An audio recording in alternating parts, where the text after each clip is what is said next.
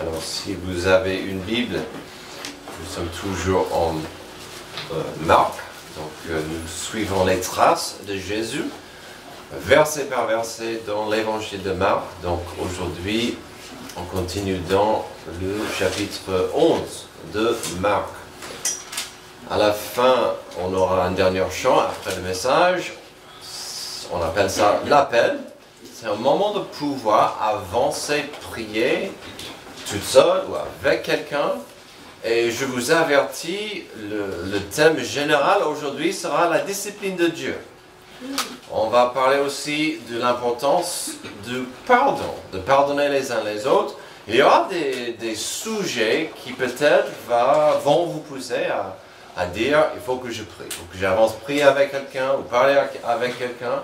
N'ayez pas peur, ça sera le moment pour vous. Alors, même si le thème c'est la discipline un peu, je n'ai pas amené mon fouet, j'en ai un à la maison. C'est que pour mes enfants. Non, c'est pas pour les enfants, mais c'est un vrai fouet. Je l'ai laissé à la maison. En même temps, j'ai ceci. Mais ça, c'est pas pour la discipline des enfants. D'accord, donc soyons clairs. Pas encore. Ok, voilà. Ah, donc, il n'est pas nécessaire d'être agriculteur ou jardinier pour comprendre certaines choses. Quand il s'agit de la croissance des plantes, pour la plupart des plantes, elles ont simplement besoin de certaines quantités de terre, de l'eau et du soleil. Pour les pauvres plantes en Île-de-France, pas de soleil. Mais si vous voulez une récolte, si vous voulez par exemple manger et goûter le fruit de vos efforts, il faudra bien plus, il faut beaucoup de travail. Il faut parfois enlever des mauvaises herbes. Ça c'est certain, il faut toujours enlever les mauvaises herbes. Il faut parfois tailler et couper, parce que parfois il y a d'autres plantes qui vont entrer, ou trop de branches, trop de vignes, il faut couper. J'allais amener un autre outil, mais c'était trop grand et aussi ça faisait peur. Mais vous comprenez la notion, il faut faire pas mal de choses si vous voulez une bonne récolte. Chaque année, j'aime bien de manger de notre fraisier, mais ça implique du travail. Entre les mauvaises herbes, les limaces, toutes les menaces qui arrivent. Donc il faut bosser. Imaginez avec moi un instant que Dieu pouvait être le maître de la moisson. Voyons Dieu comme un vigneron, par exemple. Je vous rappelle que Jésus en a parlé comme ça aux Jean chapitre 15. Et le langage qu'il utilise couvre plusieurs niveaux de soins et de maintenance. Jésus a dit que Dieu le Père pouvait, par exemple, soulever et laver des branches sales. Il a dit aussi qu'il pouvait tailler et couper des branches qui ont une tendance à aller dans une mauvaise direction. Alors même si Jean chapitre 15 n'est pas notre passage du jour, ça fait penser à un thème que nous allons couvrir aujourd'hui. Dans des épreuves, dans la difficulté, dans la souffrance, est-ce que l'on devrait se soucier de la discipline de Dieu? Est-ce que l'épreuve égale la discipline? Est-ce que la souffrance, est-ce que c'est la même chose que la discipline? Alors c'est une bonne question à poser et on ne devrait pas en avoir peur. Avant d'aller plus loin avec la question ou ce thème, il faut garder ceci en tête. Colossiens 1, 9 et 10. Si on va parler du récolte, du fruit, de la discipline, de tailler, voilà pourquoi nous aussi, depuis le jour où nous en avons été informés, nous ne cessons de prier Dieu pour vous. Nous demandons, alors qu'est-ce que Paul demandait? Qu'est-ce qu'il priait? Nous demandons que vous soyez remplis de la connaissance de sa volonté, en toute sagesse et intelligence spirituelle. Pourquoi? Pour marcher d'une manière digne du Seigneur et lui plaire entièrement. Vous aurez pour fruit toutes sortes d'œuvres bonnes et vous progresserez dans la connaissance de Dieu. Amen. La prière de Paul, c'est intéressant. Et il a prié ça à plusieurs reprises. La prière de Paul pour des églises, pour les enfants adoptifs de Dieu, c'était qu'ils aient une intelligence spirituelle qui opère dans ces personnes du fruit. Pas des fraises. Ce fruit étant des bonnes œuvres qui donnent gloire à Dieu. La Bible parle énormément des bonnes œuvres. Alors, ce qu'il faut comprendre, quand la Bible parle des bonnes œuvres ne sont pas censées être des choses qu'on fait pour montrer combien on est spécial, combien on est saint, combien on est plus fort que l'autre. On ne fait pas des bonnes œuvres pour dire « Est-ce que tu m'as vu ?» Non, les bonnes œuvres, dans la Bible, sont censées toujours donner gloire à Dieu. Mes bonnes œuvres doivent refléter la bonté de Dieu dans ma vie. Pour que les gens disent « Ah, Dieu est dans sa vie, Dieu est important dans sa vie. » Puisqu'on parle de bonnes œuvres et du fruit et la discipline possible de Dieu, revenons à ce que j'ai dit il y a quelques secondes. Dans des épreuves, dans la difficulté, dans la souffrance, est-ce que l'on devrait se soucier de la discipline de Dieu? Est-ce qu'on devrait se soucier de la discipline de Dieu? Oui. Parfois, quand il y a de la vie, mais il n'y a pas de fruit. Verset 11. Jésus entra à Jérusalem et se rendit au temple. Après avoir tout regardé autour de lui, comme il était déjà tard, il sortit pour aller à Béthanie avec les 12. Alors, si ce verset vous rappelle de quelque chose, c'était notre dernier verset de la semaine dernière. On n'a pas trop parlé, c'était pas le moment. La semaine dernière, nous avons terminé notre passage avec ce verset. Si vous n'étiez pas là, nous avons vu ce qu'on appelle son entrée triomphale. Jésus est entré à Jérusalem sur un ânon. Les gens ont crié « Hosanna, Hosanna, voici le Messie, le fils de David. » Hosanna qui veut dire « Sauve-nous, sauve-nous. On a besoin de toi, Jésus, sauve-nous. » Et donc, c'était incroyable, c'était magnifique. Mais on a vu qu'ils ont crié ça parce qu'ils voulaient que Jésus soit le Messie guerrier, qui était là pour les sauver contre les méchants. Ils n'ont pas vu Jésus, la plupart, comme Jésus le sauveur du cœur, de leur péché. Et donc, on a terminé avec le verset 11, avec Jésus qui regarde, il y va au temple et il a veillé sur la scène. Quand vous voyez cette deuxième phrase-là, il est mon avis qu'il était en train de vérifier ce qu'il savait déjà. Il repérait le terrain. Il étudiait la catastrophe qui était devant lui. Quand il est parti, il devait se dire « à demain ». Mais avant de passer à cette fameuse scène où il a chassé et nettoyé et fracassé, il faut voir une autre scène aussi très fascinante. Selon pas mal de passages et histoires dans les évangiles, il est tout à fait normal de voir et imaginer Jésus comme un nounours.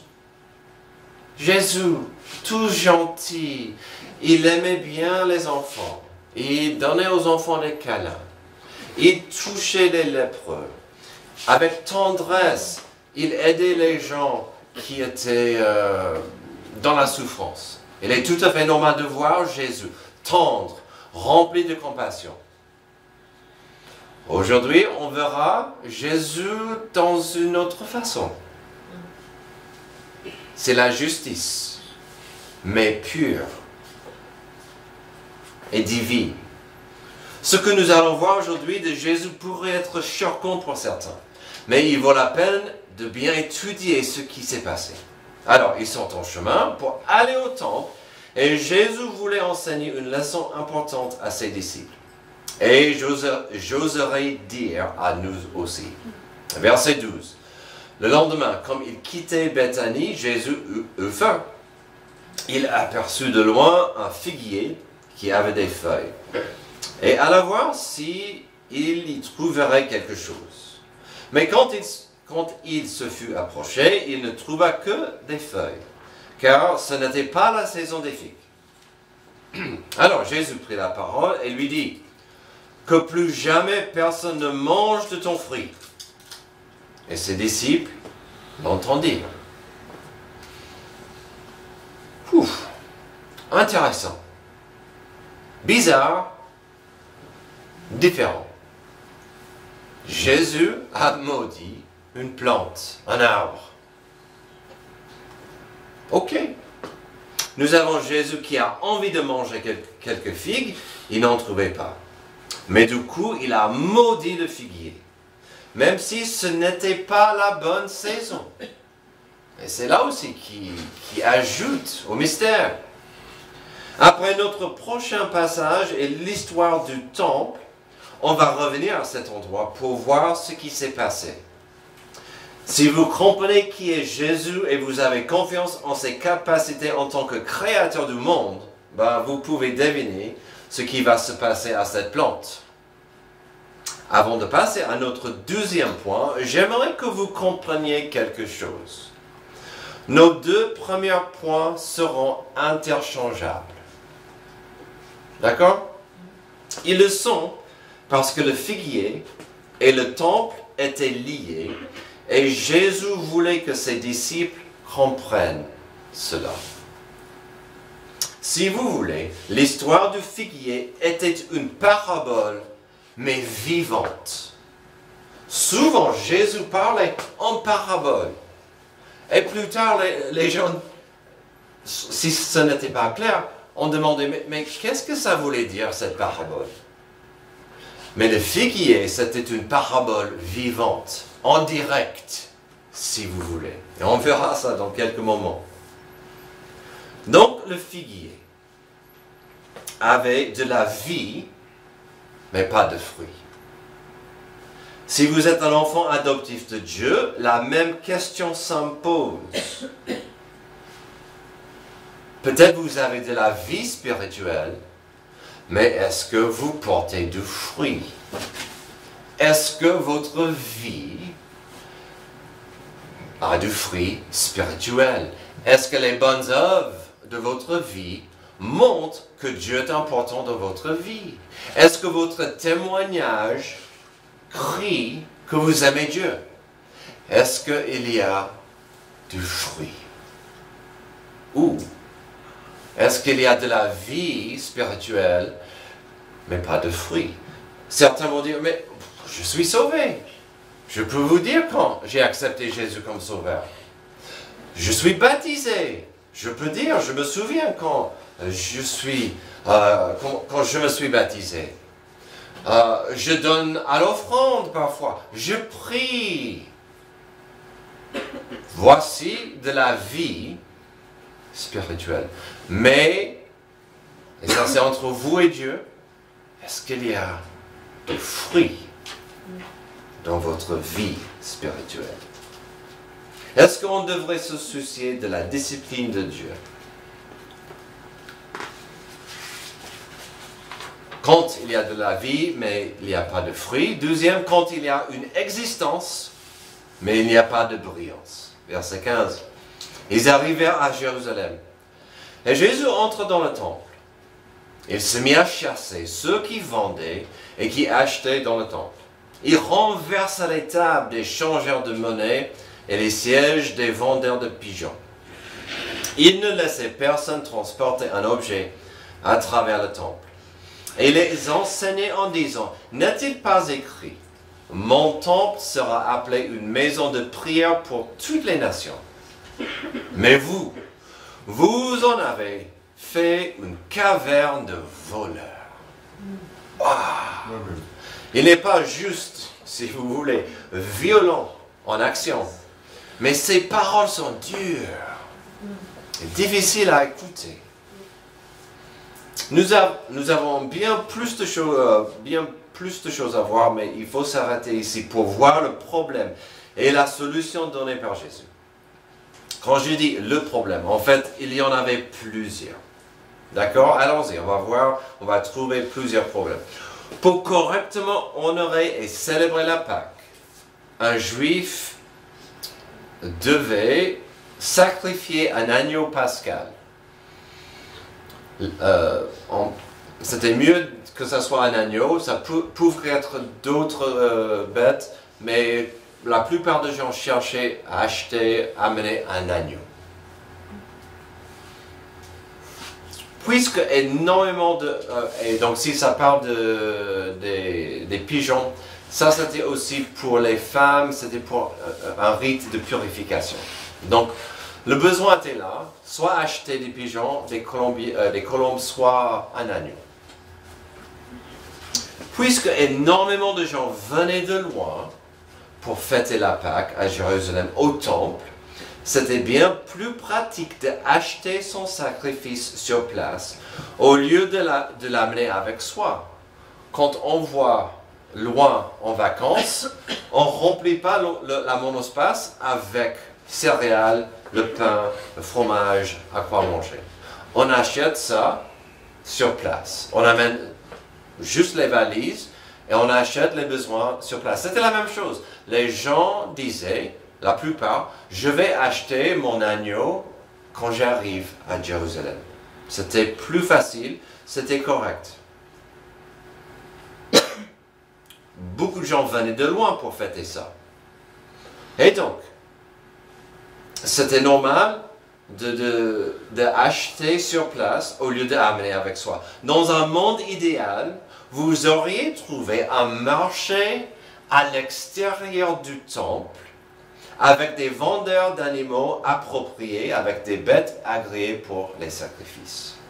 Dans un monde idéal, et quand je dis idéal, c'était comment Dieu l'a organisé dans l'Ancien Testament. Il y avait un endroit juste à l'entrée du temple.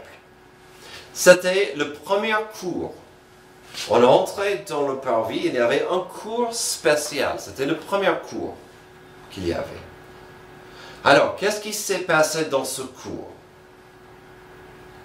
Dans cet endroit, c'était dans ce cours, il pouvait y avoir des juifs et il pouvait y avoir des étrangers. Tout le monde pouvait assister au sacrifice.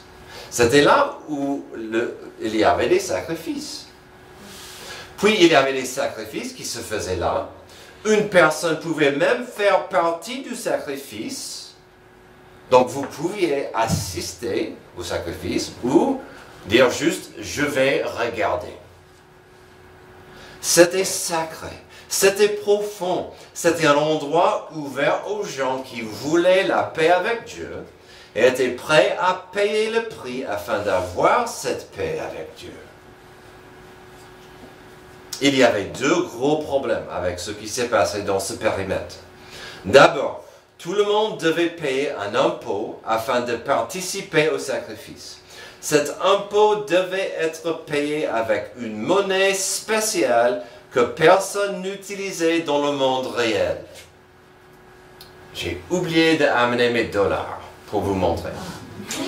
Mais il y avait une monnaie spéciale pour payer les taxes. Mais personne n'avait ça chez eux. Donc ils amenaient l'argent de la rue et devaient faire l'échange. Vous comprenez l'échange? Et donc quand ils venaient, ils devaient acheter ou faire l'échange.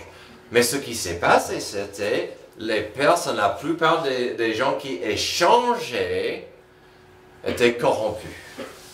Et donc, ils disaient, le taxe, c'est 5 euros. Donnez-moi 10 dollars et vous aurez vos 5 euros pour la taxe. Et donc, ils trichaient afin de gagner plus d'argent. La plupart de ces personnes trichaient. Il y avait ça. Donc encore, la notion de mélanger la religion avec l'argent. Ça me rend dingue, mais c'est trop facile. Ensuite, il y avait l'autre problème grave. Le cours qui était censé être un endroit sacré et spécial dédié au sacrifice pour le péché, c'était là où les commerçants et les vendeurs des bêtes étaient installés pour vendre les animaux. Donc, ce n'était pas que le carreau. Il n'y avait pas que le problème de l'absence de révérence et de réflexion et de repentance. Il y avait l'avarice et la corruption dans ce cours, et les Lévites et les prêtres étaient bien dans le coup. Tous les leaders étaient dans le coup. Donc il y avait les stands avec les bêtes et les animaux, et les vendeurs, et les impôts, et c'était un centre commercial rempli de tricherie. Ce qui devait être un endroit sacré est devenu un cirque. Et pas que un cirque. Ceux qui venaient pour honorer Dieu avaient du mal à entrer dans l'attitude correcte, car ils devaient passer par plusieurs niveaux d'avarice et corruption. Imaginez à notre porte, si pour entrer il fallait payer, et puis on disait aussi acheter du popcorn, de barbe à papa, et etc. etc. Pas mal comme idée. Avec tout ça en tête, relisons ce que Jésus a fait. Surtout sachant que le temple était censé être l'endroit où les gens pouvaient venir pour chercher la paix avec Dieu, pour enrichir la vie spirituelle. Il se mit à chasser ceux qui vendaient et qui achetaient dans le temple, et il renversa les tables des changeurs de monnaie et les sièges des vendeurs des pigeons. Il ne laissait personne transporter un objet à travers le temple, et les enseignait en disant, « N'est-il pas écrit, mon temple sera appelé une maison de prière pour toutes les nations, mais vous, vous en avez fait une caverne de voleurs. » Alors, quand vous venez ici, j'aimerais que cette église soit un endroit de joie, d'adoration, de célébration. Mais il y a les façons de le faire qui sont correctes, les façons de le faire qui ne sont pas forcément respectueux. Et dans cette atmosphère, il n'y avait pas de respect.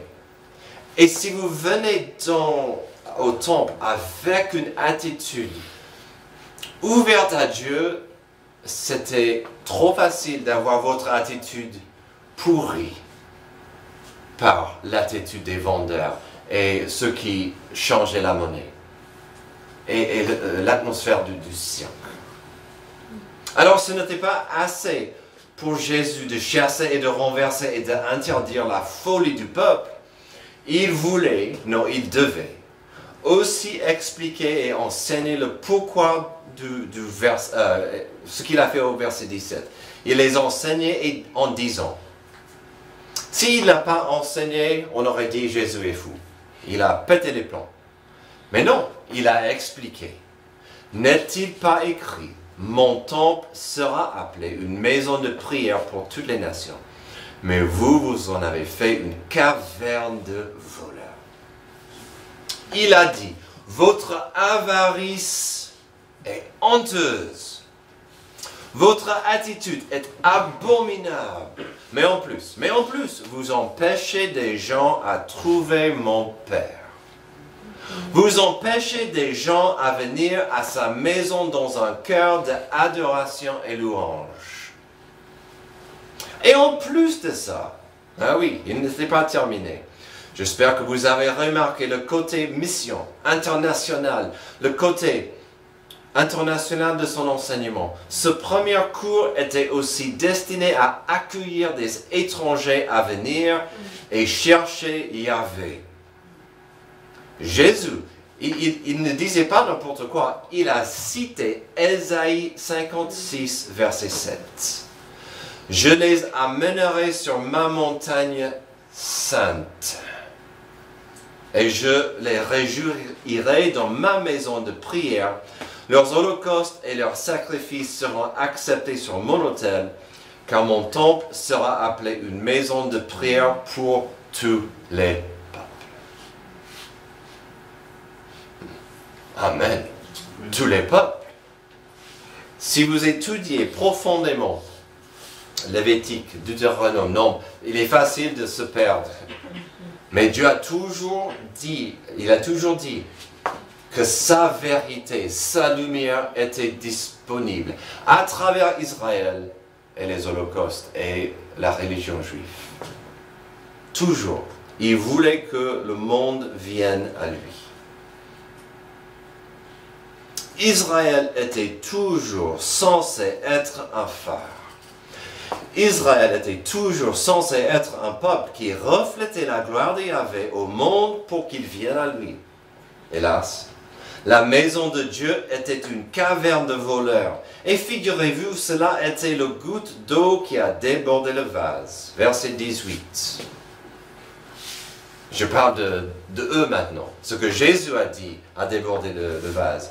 Les chefs des prêtres et les spécialistes de la loi l'entendirent et ils cherchaient les moyens de le faire mourir. Ils le redoutaient en effet parce que toute la foule était frappée par son enseignement. Le soir venu, Jésus sortit de la ville.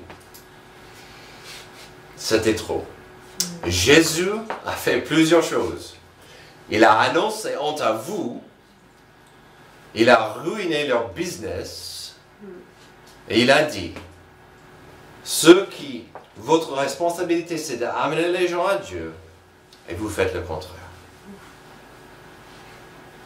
Honte aux pasteurs aujourd'hui qui font la même chose. Qui font de leurs églises un cirque. Amen.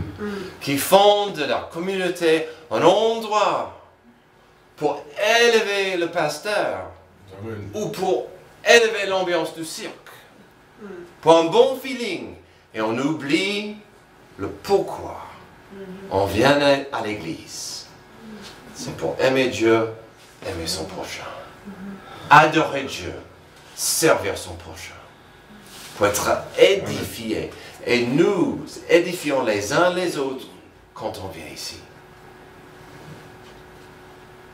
Alors, j'espère que vous avez compris que malgré la folie et l'ambiance dans le cours, les sacrifices ont été faits. Des rites ont été suivis. Sur la surface, le temple était un endroit rempli d'activités. C'était de la folie, mais tout le monde en était habitué. Et finalement, quand j'ai étudié ce passage, c'était ça qui m'a frappé. Cette atmosphère était folle. Et tout le monde était habitué. Totalement. Il y avait de l'activité religieuse, mais peu de vraie adoration. Les leaders religieux rataient terriblement leur responsabilité d'aider le peuple, de se rapprocher de Dieu, et la maison de Dieu est devenue un centre commercial. Mais c'était quand même un endroit rempli d'activités. Revenons à notre deuxième point, car nous voyons ici de la discipline de Dieu quand il y avait une existence, mais il n'y avait pas de brillance. Alors la question fameuse s'impose. Qu'en est-il de nous? D'être fidèle le dimanche est important. De donner à l'offrande est important. De donner un peu plus pour soutenir nos missionnaires, c'est important. De servir dans la crèche ou de prier avant le culte, c'est important. Mais vérifions que nos actions ne sont pas que de l'activité. Le temple était en existence, mais il n'y avait pas de brillance. La gloire de Dieu ne pouvait pas refléter pour bénir le monde autour du temple. Parfois, les amis, j'ai peur pour l'Église moderne. Sommes-nous trop intéressés par l'argent qui entre? Sommes-nous trop fascinés par l'attention que nous recevons des autres? Sommes-nous plus intéressés par ma popularité au lieu de penser à comment je peux mieux refléter Dieu dans ma vie? Certaines églises trouvent cela important d'avoir sur l'estrade des lasers et des appareils de fumée. Je ne suis pas forcément contre des appareils de fumée sur l'estrade. J'ai même demandé à Antoine de me porter sur son dos pour que mes pieds ne touchent pas le sol. Amen, amen. Mais en même temps, n'avons-nous pas raté quelque part la puissance simple de l'Évangile et la prédication de la parole de l'agneau de Dieu qui ôte les péchés du monde? C'est ça notre puissance. Malheureusement, ce passage me rappelle d'une partie de Matthieu 7, un des passages les plus terrifiants dans toute la Bible. Jésus a dit ceci, et écoutez bien Matthieu 7, verset 21. Ceux qui me disent Seigneur, Seigneur, n'entreront pas tous dans le royaume des cieux, mais seulement celui qui fait la volonté de mon Père céleste. Beaucoup me diront ce jour-là, Seigneur, Seigneur, n'avons-nous pas prophétisé en ton nom? N'avons-nous pas chassé des démons en ton nom? N'avons-nous pas fait beaucoup de miracles en ton nom? Alors je leur dirai ouvertement, je ne vous ai jamais connu. Éloignez-vous de moi, vous qui commettez le mal. Amen. Vous pouvez regarder plus tard si vous voulez. Mais croyez-moi quand je vous dis que le contexte de ces paroles au Matthieu 7, c'est le fruit que nous portons. Nous revenons au fruit. Mais continuons. Et c'est ici où vous allez comprendre que nos deux premiers points sont interchangeables. Que l'histoire du figuier était une parabole vivante du temple et d'Israël. Verset 20. Le lendemain matin, en passant, les disciples virent le figuier. Il était desséché jusqu'aux racines. Se rappelant ce qui s'était passé, Pierre dit à Jésus, « Maître, regarde le figuier que tu as maudit et desséché. » Comme si Jésus ne le savait pas. Qu'avons-nous demandé au début? Est-ce qu'on devrait se soucier de la discipline de Dieu? Nos réponses sont liées. Quand il y a de la vie, mais il n'y a pas de fruits. Quand il y a une existence, mais pas de brillance. Et ça sera entre vous et le Saint-Esprit de régler. Est-ce qu'on devrait se soucier de la discipline de Dieu? Troisième, quand je prie pour ma volonté et pas la sienne. Pierre dit à Jésus, Maître, regarde le figuier que tu as maudit et desséché comme ma bouche. Amen. Jésus leur dit alors, ayez foi en Dieu, je vous le dis en vérité, si quelqu'un dit à cette montagne, retire-toi de là et jette-toi dans la mer, et s'il ne doute pas dans son cœur, mais croit que ce qu'il dit arrive, il le verra s'accomplir. C'est pourquoi je vous le dis, tout ce que vous demanderez en priant, croyez que vous l'avez reçu et cela vous sera accordé. Il est difficile à ce stade d'imaginer l'étonnement des disciples après avoir vu un miracle de Jésus. Mais encore, ils sont étonnés de voir le figuier mort ou en train de mourir. Peut-être cette fois-ci, ils étaient plus émus car c'était un miracle de destruction et pas de guérison. C'est rare. De toute façon, puisque c'était une parabole pour eux de comprendre l'importance du futur du temple et d'Israël dans le timeline de l'histoire, et pour l'Église à venir, Jésus a saisi l'opportunité d'en parler. Et de quoi a-t-il parlé? Ne ratez pas de quoi il a parlé. Ce n'était pas l'importance des miracles et comment mieux opérer des miracles. Non. Il a parlé de l'importance de prier et comment mieux prier. C'est pourquoi le verset 24, c'est la clé à son explication. C'est pourquoi je vous le dis, tout ce que vous demanderez en priant, croyez que vous l'avez reçu et cela vous sera accordé. Alors, bien sûr, si jamais il y avait un verset utilisé hors du contexte et bien abusé, surtout dans notre monde moderne, c'est le verset 24. Demandez dans le nom de Jésus. Non, réclame la chose au nom de Jésus et tu l'auras. Sans contexte, sans compréhension, c'est irresponsable et parfois dangereux d'agir comme ça. Car si c'est fait dans l'orgueil ou dans l'ignorance, sans comprendre ce qu'on dit. Et si la chose n'arrive pas, qu'est-ce qu'on va faire?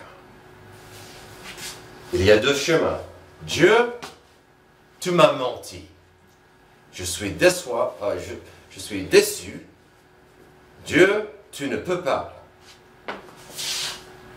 Ou, et ce que les prophètes et pasteurs vont dire souvent, c'est que, le problème c'était ta foi. Ta foi n'était pas assez grande. Regarde les mots de Jésus.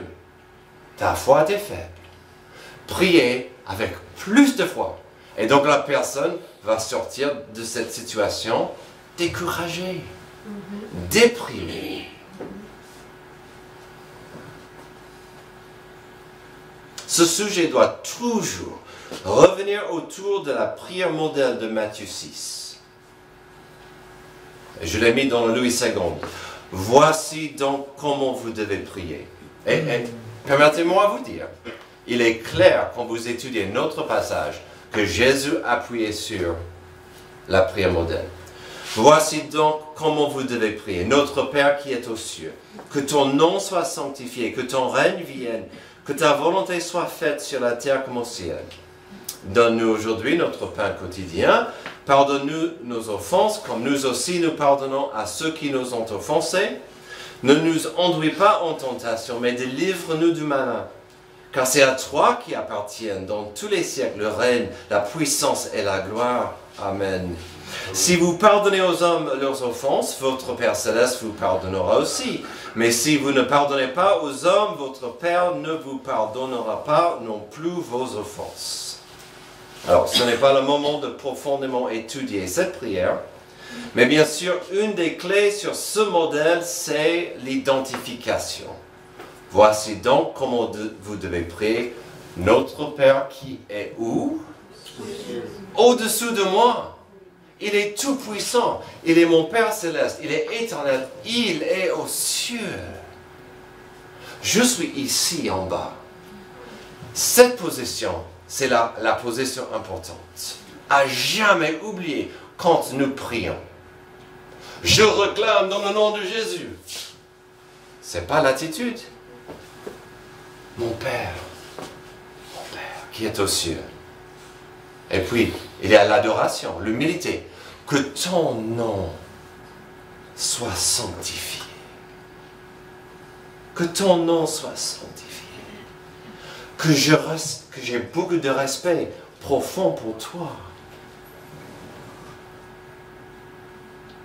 Et puis, verset 10 de la prière modèle. Que ton règne vienne, que ta volonté soit faite sur la terre comme au ciel.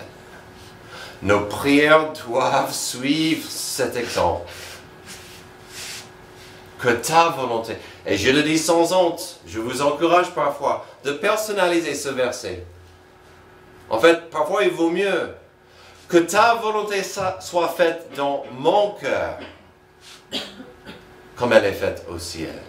Si vous pouvez commencer vos journées en disant que ta volonté soit faite dans ma vie aujourd'hui, ça changerait la façon de votre perspective. Quand on prend le verset 10, on accroche à notre passage. Ça change un peu l'ambiance.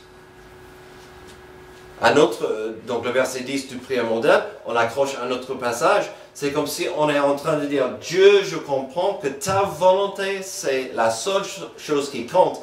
Je comprends qu'elle n'est pas impossible si tu le veux. Ta volonté n'est pas impossible si tu le veux. Mais pouvons-nous être assez humbles pour prier sa volonté? Continuons, terminons avec notre passage sur l'importance de prier la volonté de Dieu. Car Jésus clairement s'inspirait et appuyait sur la prière modèle, ici en Marc 11. Verset 25 de notre passage, on marque, lorsque vous êtes debout pour prier, si vous avez quelque chose contre quelqu'un, pardonnez-lui afin que votre Père Céleste vous pardonne aussi vos fautes. Mais si vous ne pardonnez pas, votre Père Céleste ne vous pardonnera pas non plus nos fautes. Il est impossible de prier la volonté de Dieu si vous n'êtes pas dans la volonté de Dieu. Amen. Plus ou moins. Vous pouvez prier, Dieu, je veux ta volonté. Et vous pouvez, dans le moment, ne pas être dans sa volonté.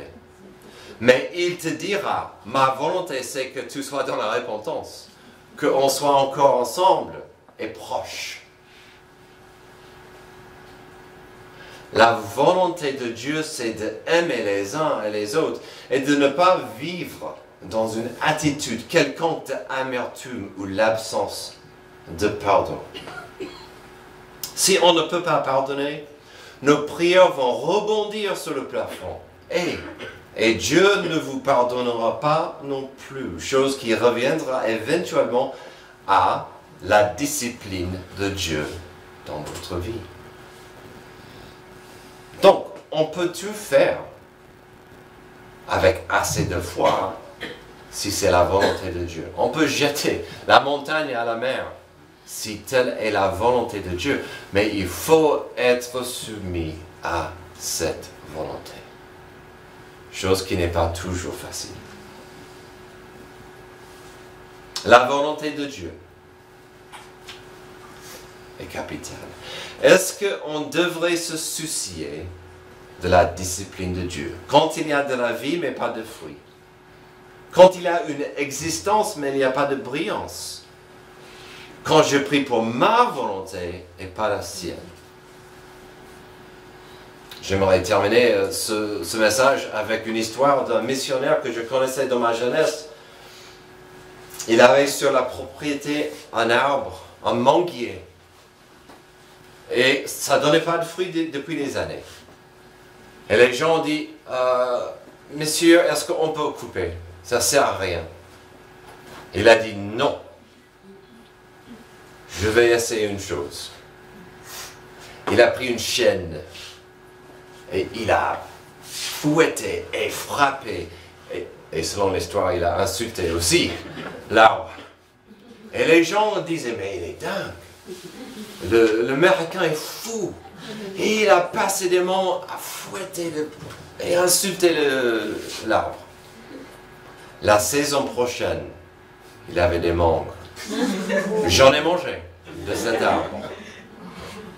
Pourquoi? Elle est devenue infructueuse. Elle avait besoin d'un peu de discipline, un peu de souffrance, pour que la sève sorte et l'arbre se souvienne de sa raison d'être. Mais il fallait que quelqu'un qui comprend ça vienne et faire le nécessaire. Si Dieu vous discipline, c'est parce qu'il vous aime. Amen. S'il vous chuchote, c'est parce que vous commencez à aller un peu trop loin. Mais comme nous avons chanté, comme nous avons vu, l'amour de Dieu pour nous est indéniable. Mais qu'est-ce que nous faisons avec cet amour? Prions. Dieu, merci pour ce repas, ce rappel de l'importance de ne pas juste faire des actions, de ne pas juste faire d'émotions, mais d'agir, de marcher avec toi, par la foi, selon ta volonté. Aide-nous à être dans la soumission à ta volonté aujourd'hui. C'est dans le nom de Jésus que j'ai prié. Amen. Levez-vous, c'est le moment de...